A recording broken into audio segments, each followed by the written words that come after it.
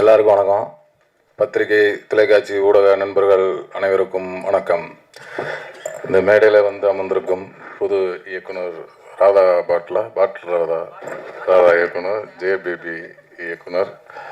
அண்ணன் சொன்ன மாதிரி நான் அண்ணன் படம் பார்க்கலனே, பார்த்துட்டு உங்களுக்கு விரிவில் சொல்கிறேன். அப்புறம் தாசன்னு நான் சொன்னோன்னே உடனே அதை ஏற்று வந்த எங்கள் அன்பு அண்ணன் எஸ்.ஆர். பிரபாகரன் அவர்கள், தேனப்பண்ணன் அவர்கள், கதாநாயகி அவர்கள், ப்ரொடியூசர்லாம் அப்புறம் சொல்லுவோம், செந்தில்நாதன் அவர்கள், கவிஞர் சினேகன் அவர்கள். அவர் பாடல் மட்டும் இல்லை, இப்போ வர ரீல்ஸ்லேயே ஃபேமிலிக்குள்ளெல்லாம் பூந்துட்டார்.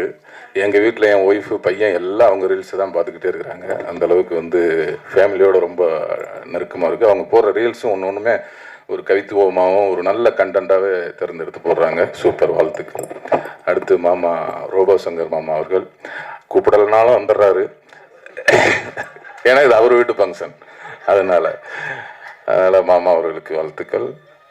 அப்புறம் நம்ம கோகுல் பங்காளி, அந்த நேரத்தில் நம்ம தாம் பங்காளி, கோகுல் பங்காளி அவங்க இந்த படத்தில் நான் நடிக்கிறதுக்கு அவங்க ஒரு முக்கியமான காரணம். ஏன்னா இந்த படத்தில் முதல்ல பிள்ளையார் சொல்லி போட்டதே அவங்க வீட்டில் தான். சுந்தர் பங்காளி இதுமாரி உடனே வாங்க ஒரு சும்மா பேசுவோம் அப்படின்னு சொல்லி கூப்பிட்டாங்க. அங்கே போனால் அவங்க 3 பேர் இருந்தாங்க.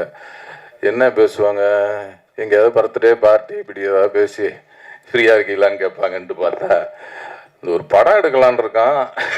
என்ன கருணாசனை நடிக்கிறாரு, கொஞ்சம் கதையை கேட்குறீங்க, அட என்ன உடனே கேட்போம் அப்படின்னா உடனே டைரக்டருக்கு ஃபோன் பண்ணி கூப்பிட்டாங்க. அடுத்த நாள் இந்த கதையை கேட்டோம். அதனால் அந்த படம் உருவானதே தாம் பங்காளி வீட்டில் தான். அதுக்கப்புறம் டைரக்டர் வந்தார், கதை சொன்னார், ரொம்ப பிடிச்சி போச்சு. அப்புறம் தான் ப்ரொடியூசரே நான் மீட் பண்ணோம். எல்லோரும் சொன்ன மாதிரி ப்ரொடியூசர் சிவா கல்லரி அவர்கள் அண்ணன் சொன்ன மாதிரி உண்மையிலே ஒரு வெளுத்த தாய்ப்பால் தான். ஏன்னா ரொம்ப ஒரு வாக்கு கொடுத்தா அதை காப்பாற்றணும் அப்படின்னு நினைக்கிறதுல ரொம்ப மெனக்கெடுவார். அந்த மாதிரி ஒரு நல்ல கதையை பண்ணணும், ஒரு காசுங்கிறது முக்கியம் இல்லை, நம்ம ஒரு ஸ்டாண்டர்டாக ஒரு நல்ல படம் பண்ணணும் அப்படின்னு நினைக்கிற ஒரு தயாரிப்பாளர்.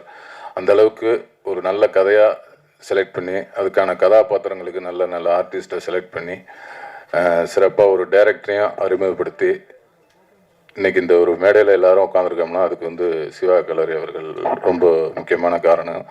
அவர் இதேமாரி நல்ல நல்ல படங்கள்லாம் நடிக்கணும், அதில் நாங்கள்லாம் நடிக்கணும்னு ஆசைப்பட்றோம்.